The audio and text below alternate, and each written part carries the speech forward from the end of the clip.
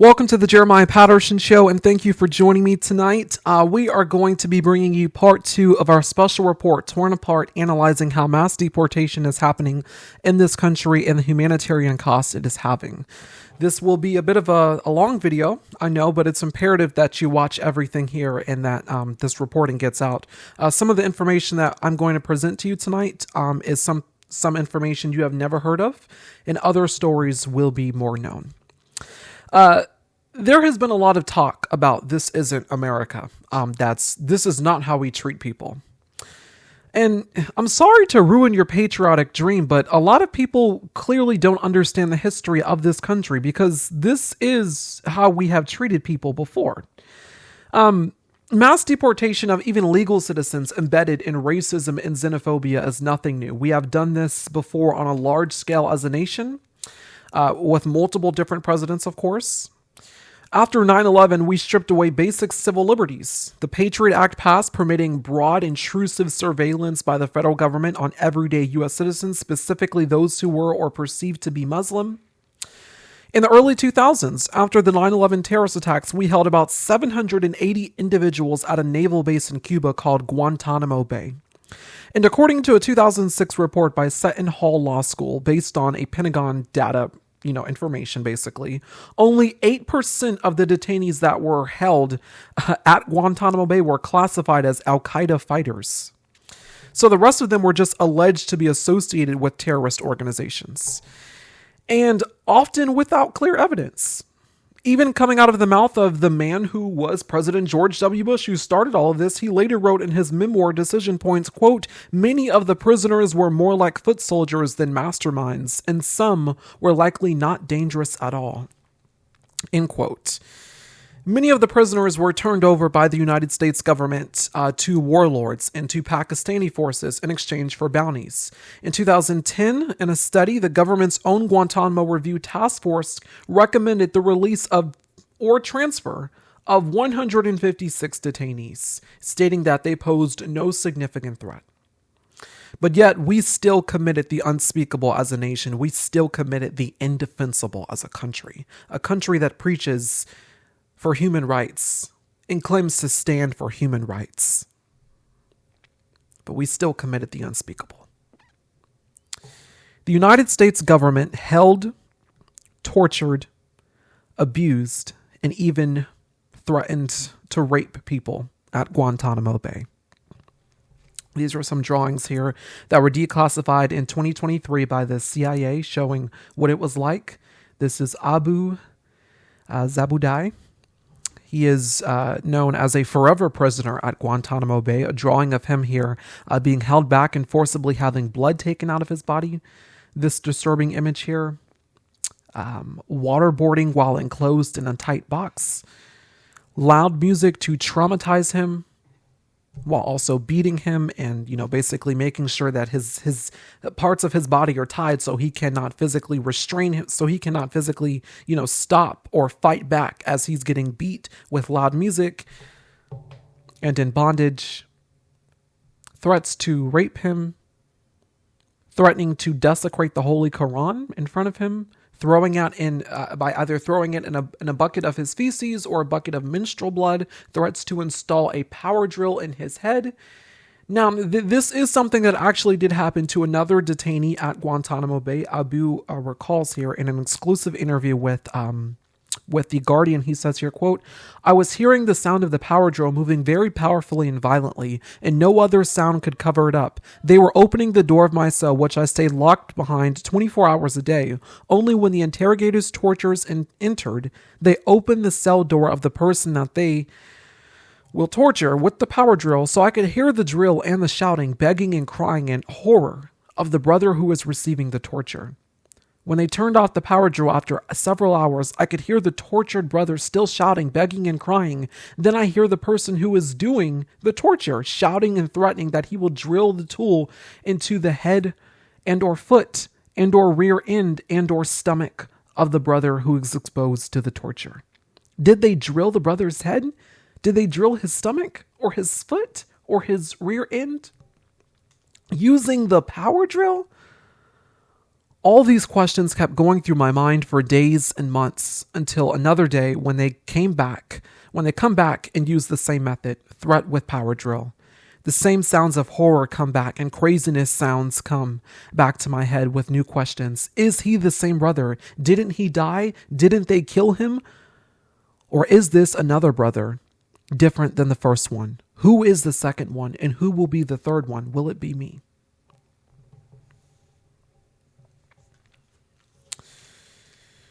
I say that he is a forever prisoner at Guantanamo Bay because he is still there. I mean, this was his accounting of what happened back in the early 2000s. And it has been 24 years and he has never been charged with a crime. And there he is, basically explaining what has happened at Guantanamo Bay. He has never been charged with a crime. And also, there is no telling on when he's going to get out. I mean, just this year in 2025, attorneys are still advocating for him to be released, for him to get out of this torturous hell that he is in. But there he remains. If you want another look into how U.S. soldiers tortured others, innocent people, these are real-life images from an Iraqi prison in 2003, just absolutely gruesome and grotesque. And just look at them there, U.S. soldiers smiling, indulging in the degradation of human beings with threats of rape and human mutilation. This is one of the innocent people who was held at that prison where they were tortured by U.S. soldiers and contractors who were contracting with the CIA. This is one of his accountings recalling that horrific moment there. I was standing on the box. It's so strong, not breakable. They tied wires and started electric shocks. I remember biting my tongue. My eyes felt that they were about to pop out. I started bleeding from under the mask. Then I fell down. أتذكر أني عضيت لساني. I was humiliated. I was bitten by a dog right here. I was naked in the cell. There was no bed. They meant to harm us by bringing the dog into the cell. Here is where the dog bit me. When the world learned what we had done, they were horrified. How can the United States claim and preach to be this great nation advocating for human rights when this is how we treat people, many of them who are also innocent? In that case in Iraq was so bad and faced so much vociferous and loud global pushback that 11 U.S. soldiers were convicted and a U.S. jury ruled that the Virginia-based defense contractor, Khaki, must pay $42 million to the 3 Iraqi men who were tortured at the Abu Ghraib prison in 2004. However, of course, no one was ever criminally charged or imprisoned for the atrocities committed at Guantanamo Bay. There have just been allegations of atrocities and reports of atrocities, including by the prisoners who are still there. But it is open still to this day, forever a symbol of the U.S. government's decades-long campaign of torture and holding innocent people. I use history on the Jeremiah Patterson Show not to scare you, but to wake you up. Because for me, history is, in and of itself, it is comforting to know that it's not comforting in the sense that the torture and the atrocities that I just explained here, but it's understanding the history of before to understand where we are now. And history is relevant in every situation. It is applicable in almost every modern current news cycle.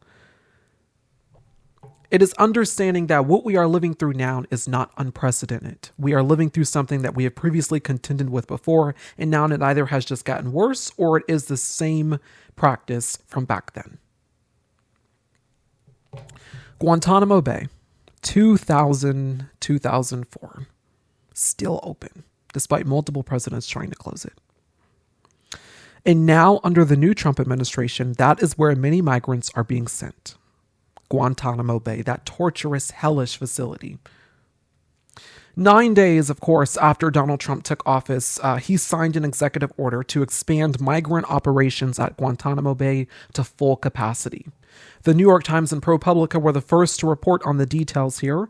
According to the Times, the migrants are being held by military guards. Quote, one person familiar with the operation said that Camp 6 is in disrepair, with broken showers and doors and other faulty equipment that make parts of it unusable. This person also said that only 2 ICE officials were working inside Camp 6. 2 people with knowledge of prison operations said the detainees are being fed prepackaged military rations known as MREs, or meals ready to eat. Now, the Trump administration has referred to the immigrants that are being held at Guantanamo Bay as the worst of the worst and criminal aliens, but there is no clear indicator of that. In fact, their families told ProPublica recently that simply is not true. Multiple family members have said that their relatives were taken without question and that they didn't even know that they were being held at for the longest time. Speaking on the broader impact and still trying to find some justification for why this happened, one family member told ProPublica, quote, this doesn't make sense. He's a family man. Having tattoos is not a sin. It truly is distressing. I have to have faith because if I break down, I can't help him. Of course, this refers to what is happening in a larger movement of what the Trump administration is doing regarding their mass deportation campaign, literally targeting people who just have tattoos on them. I mean, we saw that in the case with Kilmar Abrego Garcia, targeting him because he had a tattoo on, so he must be a part of MS-13. Are we serious here? In late March, the Los Angeles Times reported on Democratic senators blasting the Trump administration after visiting Guantanamo.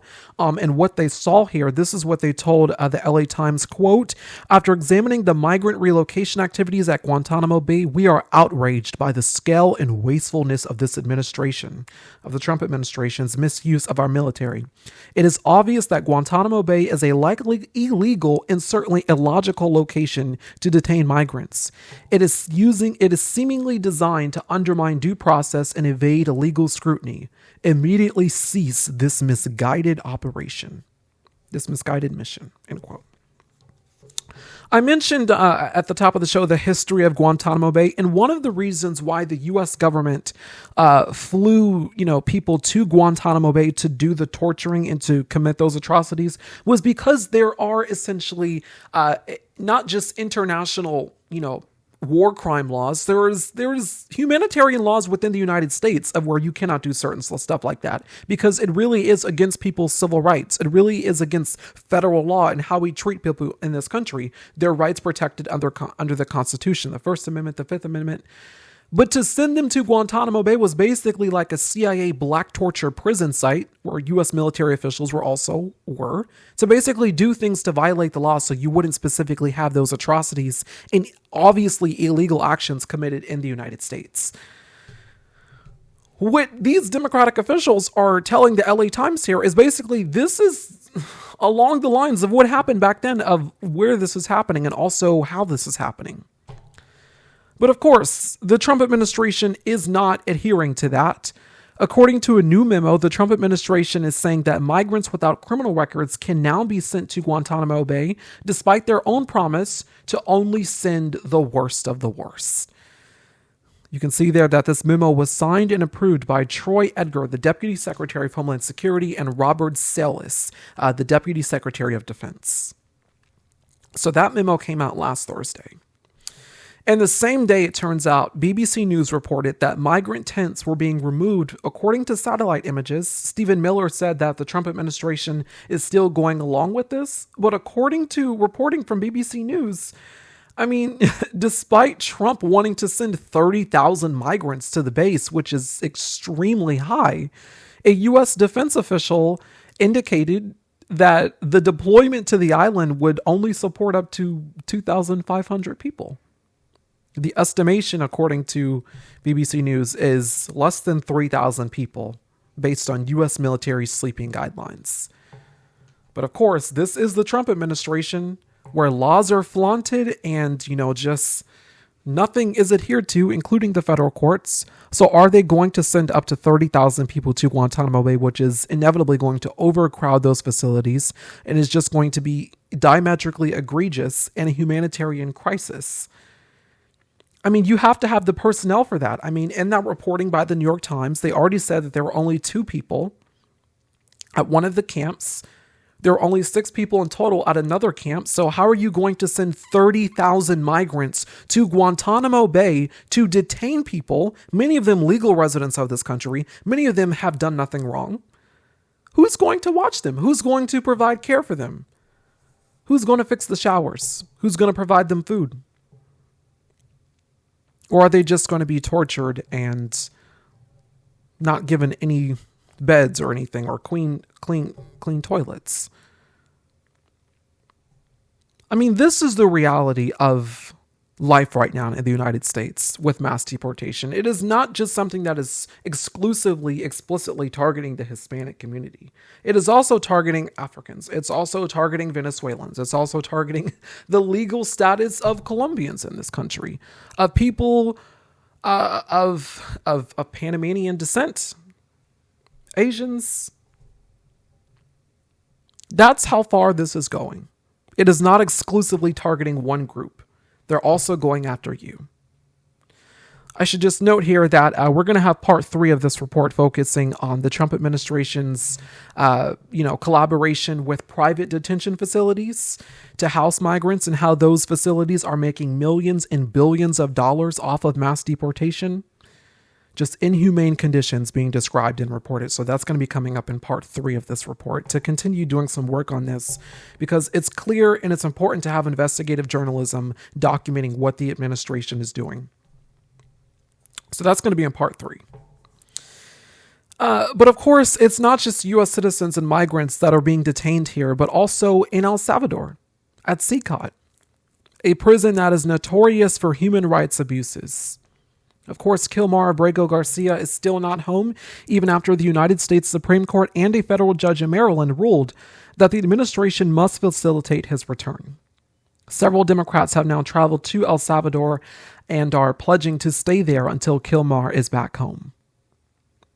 There was horrific reporting yesterday just scoring how nefarious this administration is, that the personal address of Kilmar Garcia's wife was published online. It was from an unsealed court filing, and the Department of Homeland Security published that information, doxing the family's residence. Miss Garcia and her children have now had to relocate to a safe house. This is the government. This is the administration that is in charge. Of course, other migrants have also been caught up in deportations to El Salvador, including a Venezuelan makeup artist. His family now fears for his safety. A young teenage boy was also sent to CICOT. His father said that he was not a target, but ICE agents arrested him anyway. What is at stake here is not just the deportation campaign that is targeting, illegal people in this country. Even that in and of itself is inhumane. But those who have traveled to the United States illegally, it's not just targeting them, but it's also targeting legal residents of this country for practicing their First Amendment rights. In part 1, I showed you this video of a Tufts University student named Rumeysa Ozturk. Here she is being kidnapped by unidentifiable federal agents. She was literally standing there on her phone when the agents walked up to her from afar and put her in a van.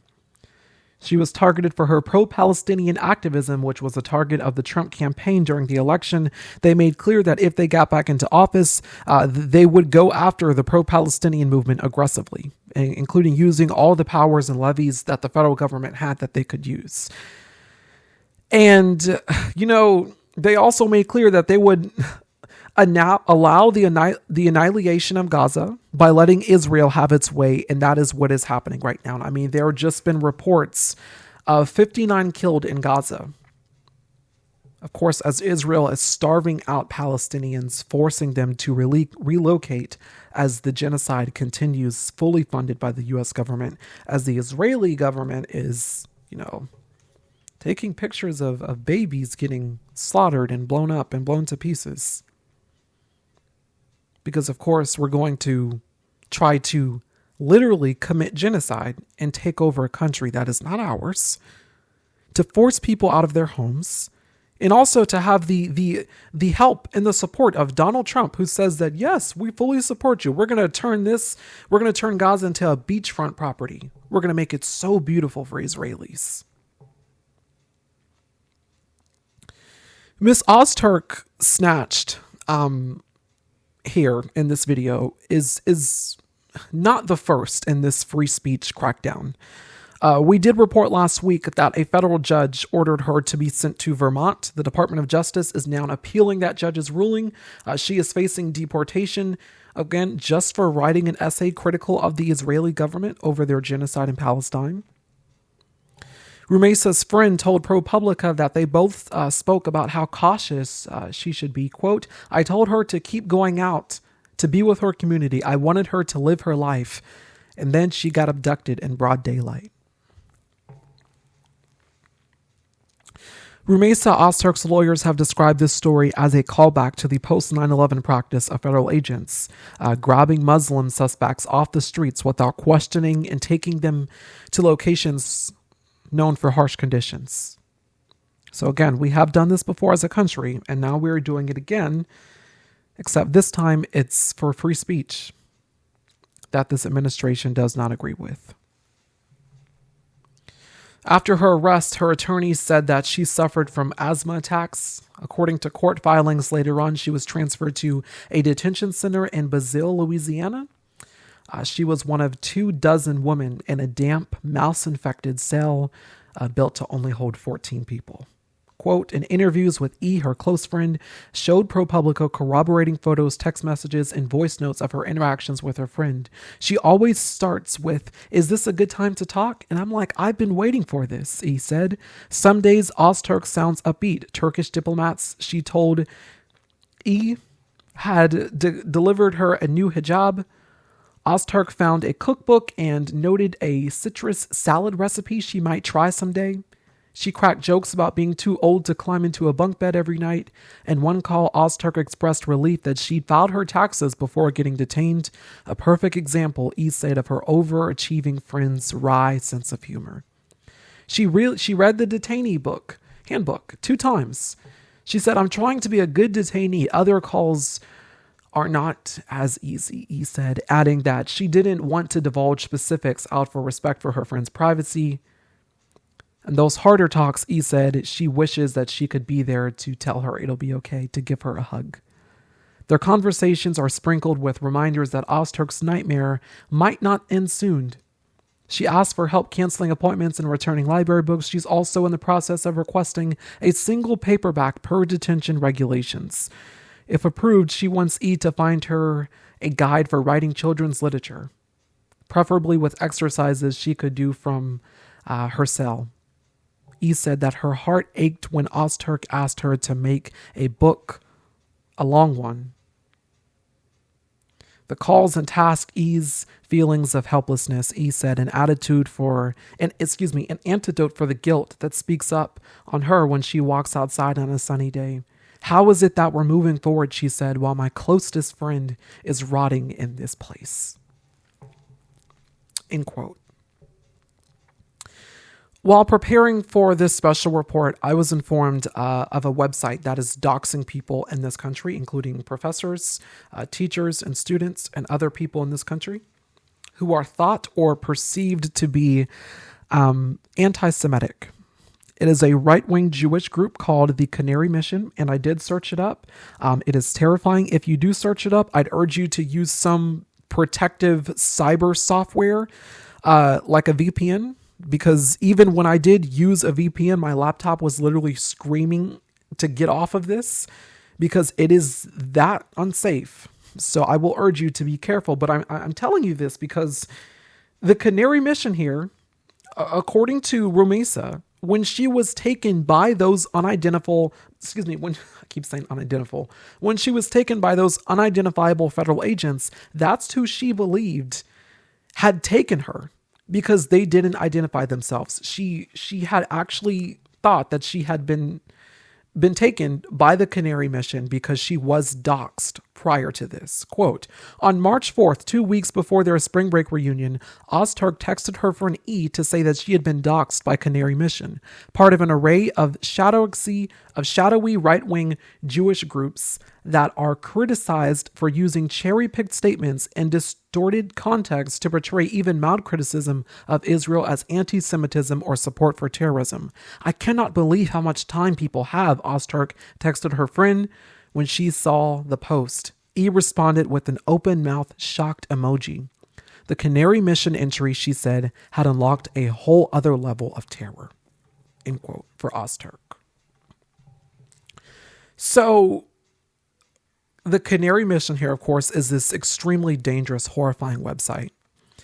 And Ozturk believes that these are the people that have kidnapped her, basically. Because it is believed that this website is also being used to go after people who are perceived to be pro-Palestinian and, in the Canary Mission's mind, anti-Semitic. It is believed that the U.S. government is using websites like this to go after people, coordinating with these far-right groups to go after people. And I mean, this is not the first case again, but it is horrifying to think that your statement, your thoughts, your ability to practice your First Amendment rights in this country can be scrutinized and then taken for a far right-wing website to then misconstrue what you said. But that is the reality that we are living in here. I mean, it's not too far off, because with the arrest of Mahmoud Khalil, I mean, it was literally reported that his lawyers said that the United States government, the Department of Homeland Security, relied on conservative tabloids to prove that he was lying about his citizenship. Conservative tabloids. Of course, that's conducive to the administration's anti-immigration ideology. So let's just use that and then go in court and claim that everything's fine here. We're being totally unbiased, except we got the information from conservative tabloids. According to reports from ICE, Ozturk was not the only one that was taken. 400 other people were arrested in Boston the week before in what was a 6-day ICE operation. Of course, the first person that I keep alluding to that was arrested for his pro-Palestinian activism was Mahmoud Khalil. He was kidnapped from his home early in the morning and flown to a detention facility in another state. He is still there. His wife was pregnant at the time, and she was just due. Despite trying to get temporary release to see the birth of his child, ICE denied his request, and he missed his son's birth. Of course, in recent weeks, a federal judge ruled that he can be deported for his beliefs despite being a legal resident.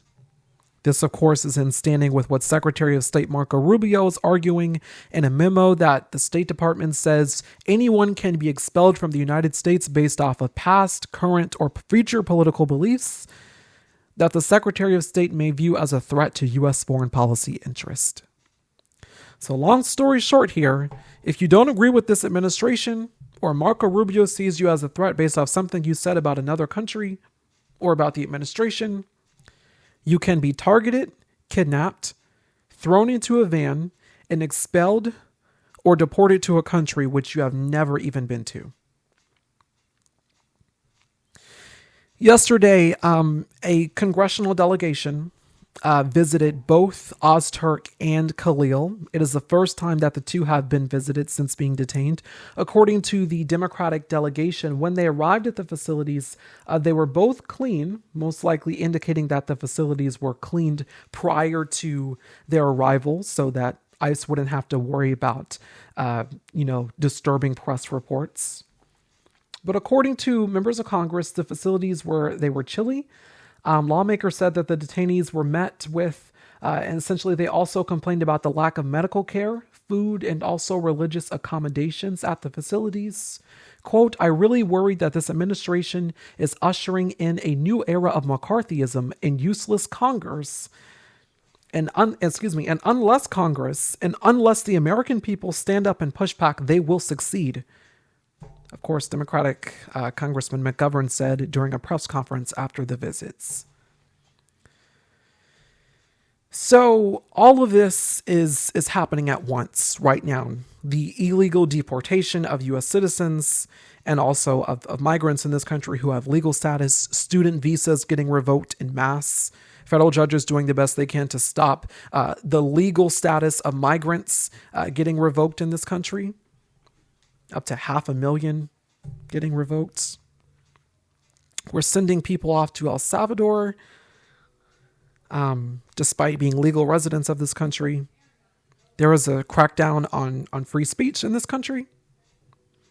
Legal citizens are being asked essentially to self-deport, as well as immigration lawyers as well. This is something that has gained increasingly present notoriety in recent days and in recent weeks as this story is emerging. I'm going to play for you some news clips here that have recently come out about, immigration lawyers and people in this country who are legal residents, who have been legal residents for years, or who have obtained legal status either through birthright citizenship in this country or through the naturalization process. They are being asked to self-deport, and they are receiving these menacing emails, which is thought of to be construed as a joke, but they're actually real. Watch. Now an NBC Boston exclusive, a Boston resident getting a shocking email from the federal government, an immigration notice saying she had to leave the country immediately, even though she's a U.S. citizen. Michael Rosenfield has the story you'll only see right here on NBC Boston.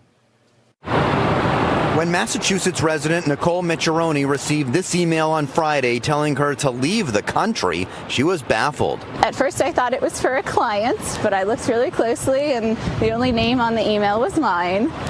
So it said that my parole status had been terminated and I should leave the country within 7 days. But the 40-year-old is a U.S. citizen, born in Newton and raised in Sharon. Probably, hopefully sent to me in error. But it's a little concerning that these are going out to U.S. citizens. Micciarone is an immigration attorney working with many clients facing possible deportation issues, so her name and email are on a lot of paperwork. The language in the email is very threatening, and it looks kind of like a sketchy spam email. It doesn't look like an official government notice. A local immigration attorney got an email earlier this month saying he had 7 days to leave the country, and now he's speaking out about it and wants to raise awareness. DHS is terminating your parole. Do not attempt to remain in the United States. The federal government will find you. That message from the Department of Homeland Security sent to Carlos Trujillo, an immigration attorney, earlier this month. Frustration. Trujillo was born and raised in Venezuela and came over to the U.S. 20 years ago, saying he's gone through the process to become a U.S. citizen. I don't want to believe or draw conclusions that this is something personal against me. And if I don't leave, the federal government will find me. Please deport the United States immediately. Those are the words Arizona immigration attorney Pamela Rioles-Said got in her email last week. The problem? Rioles-Said is a U.S.-born citizen. It is time for you to leave the United States. That's the first sentence Lisa Anderson saw in an email she got from the Department of Homeland Security Friday. The language seems pretty threatening to whoever it might actually apply to. She thought it was spam at first, but the email was very real after Anderson had it vetted. What created confusion is that Anderson, who's a physician and lives in Cromwell, was born in Pennsylvania and is a U.S. citizen. I really have no idea how my email ended up on that list unless someone else was using that as a false email. She now carries her passport on the advice of attorneys and is looking for representation from an actual immigration attorney worried about legal repercussions, something she never thought she would ever need. I don't have anything to do with immigration, and I never thought that I would be needed the services of an immigration attorney either, and that's where I find myself. Once again, legal citizens and immigration lawyers being asked to self-deport from the United States by the Trump administration telling them to get out of the country effectively. What we are seeing is the United States harken back to its past in terms of torture and racism and xenophobia here, but we're also seeing something on a different level right now with what this administration is doing. This administration is acting in the most vile and the most vituperative and the most vindictively diabolical way right now, as they send the Secretary of Homeland Security to Secot in El Salvador to stand in front of those prisoners and to tell them effectively, to stand in front of those human beings and to say and to look at the camera effectively and say that this is what's going to happen to you. This could happen to you if you do not agree with this administration. This could very well be you. Because if you make the wrong turn, if you have the wrong tattoo, if you wear the wrong hat, if you're wearing the wrong clothes, or you walk funny walking down the street, or if you speak a lick of Spanish, you will be deported, you will be taken out of this country, and you will be moved to a prison in another country where you are not even from, and you will stay here, where you could be tortured, where you could be starved, where you could be beaten by people who you do not know. That is the message that this administration is sending as they are breaking windows of legal residents in this country, as they are kidnapping people off the streets. That is the message that the Trump administration is sending. And of course, oh, by the way, this is what Sebastian Gorka says. He says that basically anybody who advocates for due process in this country, you can be charged with aiding and abetting. Of course, he is Trump's counterterrorism czar, but he says that anyone essentially advocating for the due process that's going to get in the way of Trump's immigration agenda, you'll be charged with aiding and abetting terrorists. Due process is a constitutional right. It is something that is protected under the Constitution, which even the United States Supreme Court upheld that you should follow, even in cases of mass deportation. People should get hearings. They should get the right to defend themselves. They should receive habeas corpus. I mean, it's just the basic levels of human decency and U.S. immigration laws that we have as a country. But throw that all out the window because we don't care about that. You advocate for due process, you're a terrorist. You advocate that Kilmar Garcia should be treated right and sent back to the United States. That's due process. You're a terrorist. You're against sending innocent people to Guantanamo Bay where there aren't even showers. You're a terrorist. I mean, this is what is happening in the United States right now. Mass deportation on a massive scale. We should not just be speaking about this like this is one person. Like this is one individual.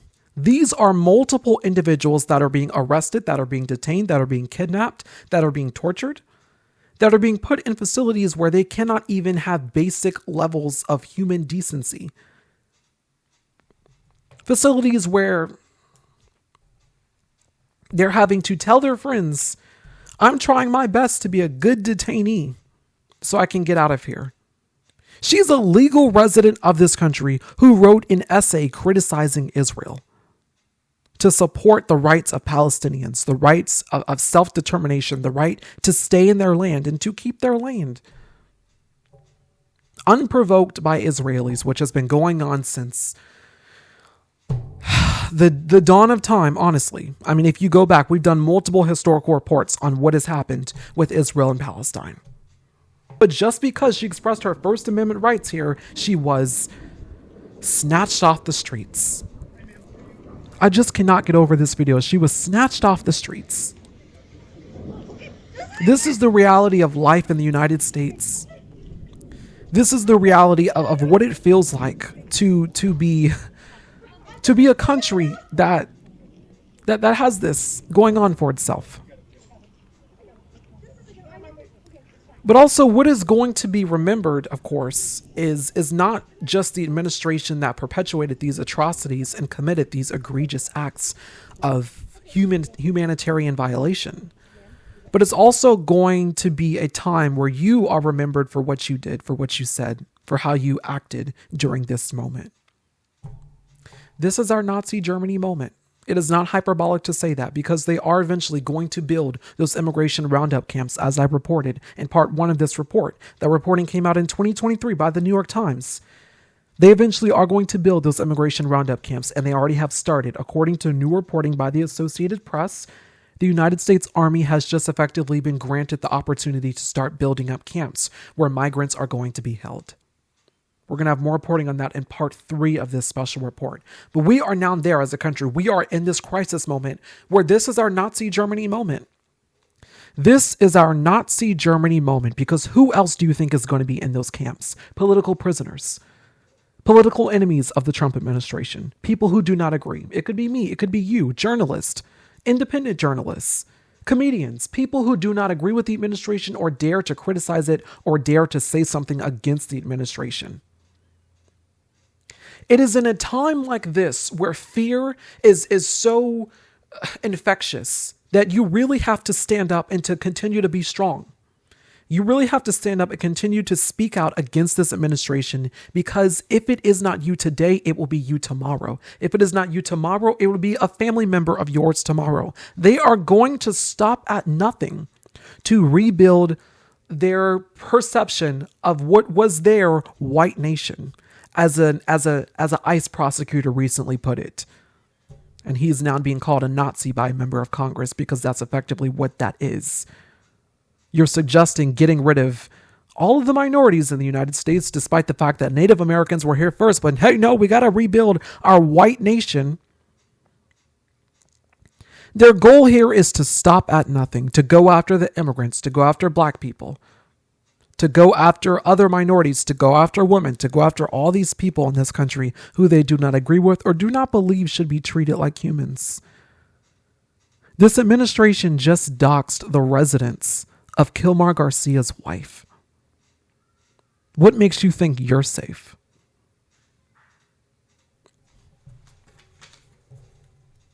Just astonishing here. Horrific. Not astonishing, but horrific. Because we are living the personification of Project 2025 every single day. I hoped you made it this far. Be sure to comment, like, and subscribe, of course, as always. Share this with someone you know. People need to watch this report. They need to see what's going on a deeper level, because it's not just the case of Kilmar Abrego Garcia. It's also the case of innocent teens that are being sent to El Salvador, innocent babies who are being on planes that are going to El Salvador. I mean, people who are stuffed in cells and infested with rats. 14 to a cell. In El Salvador, by the way, it's 80 to a cell. 80 to a cell with like 1 or 2 functioning toilets. This is happening under our watch, under this time frame in the United States of America. What are you doing about it? What are you doing to advocate, to push others to do something about this? Or are you just being silent in this moment, thinking that it won't be you? It can very well be you. It could very well be me. I'm not afraid. But it's important to speak up for those that are. It is important to speak up for those that could be next. Because, I mean, you have to understand here, in the context of history, which I cover very broadly on the show because it's always important. For those who were afraid back then, the problem eventually reached their door. That's exactly what happened. If you are afraid to speak out, the atrocities are eventually going to come to you. If you are afraid to speak out, you eventually will be encapsulated. You eventually will be in the middle of a terrible, terrible atrocity when you very well could have stopped it with your words, with your actions. You could have done something. What is extremely problematic and also diametrically enraging is the trajectory of how this election went, where mostly Hispanics voted for Donald Trump. And for the Hispanics that did not vote for Donald Trump or did not perceive that mass deportation was also going to target them when it was clear in Project 2025 that that was the case, now we are seeing this unfold in a way that is massively, massively vituperative. And I have spoken to many Hispanics who did not vote for Donald Trump, many immigrants who did not vote for Donald Trump. They voted for Kamala Harris, and they have even expressed to me multiple times that this is enraging to them. Because for the Hispanics, or for those who did vote for Donald Trump, not in the best interest of immigrants in terms of a community, they're not experiencing that fear, that deportation as well. Vote for your best interest. Vote for what is right. Vote for what is moral. But unfortunately now, for so many, it is too late. And I've said this before. I've said this for years that this was coming if people voted for Donald Trump again. And now we are here. This is our Nazi Germany moment. Part 3 of the special report on mass deportation is going to be coming up probably sometime next week as we continue to do investigative journalism on this and following closely what is happening, because I mean, not enough people are talking about this en masse in terms of providing long form reports of what's happening right now, but we're doing our best to stay afloat. So this is heartbreaking. This is independent journalism. As always, you can follow me on, these are ways to support us. If you want to support us financially, we do rely on your donations to continue this, to continue this crucial work. These are the ways to support us financially. To all those who have supported by either donating financially or buying my book, I appreciate you greatly. I'm eternally grateful. These are ways to follow us. Of course, follow us on Blue Sky at TJPS News, as well as Substack at TJPS News, where we do updates and reports and more exclusive content on Substack, where we're going to be launching the Resistance podcast very, very soon. So be sure to stay tuned there. Thank you for watching this video here on the Jeremiah Patterson Show. Be sure to like, subscribe, share, and I will see you again soon, tomorrow, with that special report on the unfolding health crisis in the United States with Robert F. Kennedy Jr., and Donald Trump at the helm of that, as well as other officials like Dr. Oz. We're going to have 2 reporters from the Science magazine here on the show to speak about that and more. So stay tuned.